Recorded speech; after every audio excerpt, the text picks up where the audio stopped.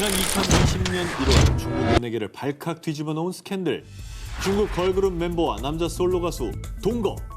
중국 유명 걸그룹 SNH48의 NII팀 멤버 펑신도어와 중국의 한 아이돌 오디션 프로그램으로 유명해진 남자 솔로 가수 루시헝이 동거를 하고 있다는 내용이었습니다. 난리 났겠네. 사실 아이돌에게는 이런 것 큰 타격이잖아요. 이 치명적이죠. 난리 났겠는데요. 네. 그런데 스캔들이 터지고 두 스타 팬들의 비난의 화살이 향한 곳은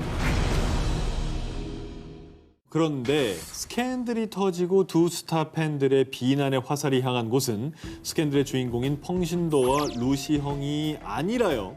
루시헝의 한 팬이었습니다. 아이고. 이것도 뭔가 팬이 냄새가 또 나긴 하는데. 팬이 주작을 했구만. 왜 이런 일이 일어난 거죠? 루시형의 한 팬에게 비난이 쏟아진 이유, 이 두 스타의 스캔들이 파파라치나 연예 매체에 의해서 공개된 게 아니라요. 루시형 팬의 폭로 때문이었는데요. 그런데 여기서 문제는 우리 오빠의 일상 하나도 놓치지 않을 거야. 루시형의 한 팬이 그의 집 앞에 몰래 CCTV를 설치해뒀던 겁니다. 집 문 앞에. 그러니까 우리 오빠의 일거수일투족은 내가 다 보겠다는 거야. 야, 루시형의 사생, 이 스토커는요. 루시형의 집에 펑신도어가 들락날락하자 큰 충격에 빠졌는데요. 이 여자 펑신도 아니야? 감히 둘이 몰래 만나고 있었던 거야? 그래서 그 화를 주체하지 못하고 급기야 CCTV 영상을 공개한 겁니다. 아파트 남자지? 대문 앞인가 보다. 저기다가 이걸 설치해 놓은 거네. 오, 야, 쓰레기 버리고 왔다 갔다 하는 것도 다 있네. 이 스타의 집 앞에 CCTV까지 설치한 스토커의 소식이 전해지자 진짜 저런 팬을 둔 루시형이 불쌍하다. 어디 가서 루시형 팬이라고 하지 마라.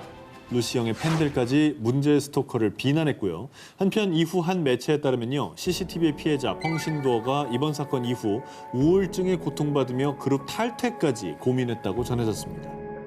아, 팬이 아니라 그냥 사생의 삶을 사셨네요. 난 사생은 사생 팬이란 말도 안 어울리는 것 맙시다. 같아요. 팬을 빼야 돼요. 사생입니다.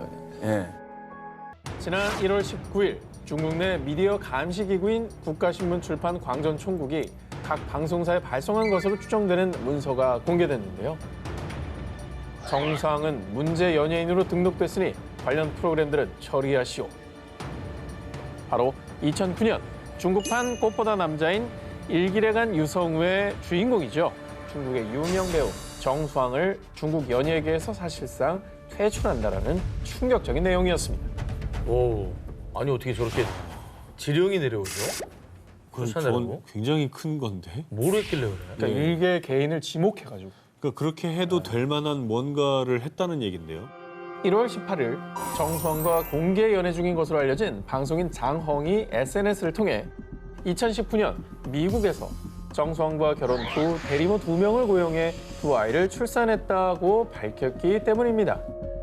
대리모 출산이 중국에서 불법이죠? 그의 폭로는 이게 다가 아니었습니다.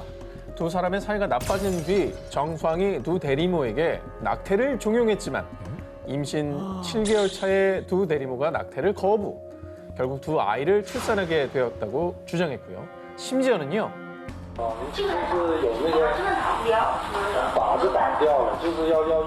자, 저 멘트가 너무 충격적이죠. 말도 안 돼요. 자기 애 아닌가, 자기 애? 자신이 이 사실을 폭로한 이유는 아이들의 엄마인 정수황이 두 아이의 입국 동의를 해주지 않아 아이들과 중국으로 돌아올 수 없기 때문이라고 밝혔습니다. 와. 자, 이후에 비난이 거세지자 정수황은요. 장헝이 바람을 피웠기 때문에 헤어진 거예요. 그러나 저는 국가의 지시에 어긋난 일을 한 적이 없습니다.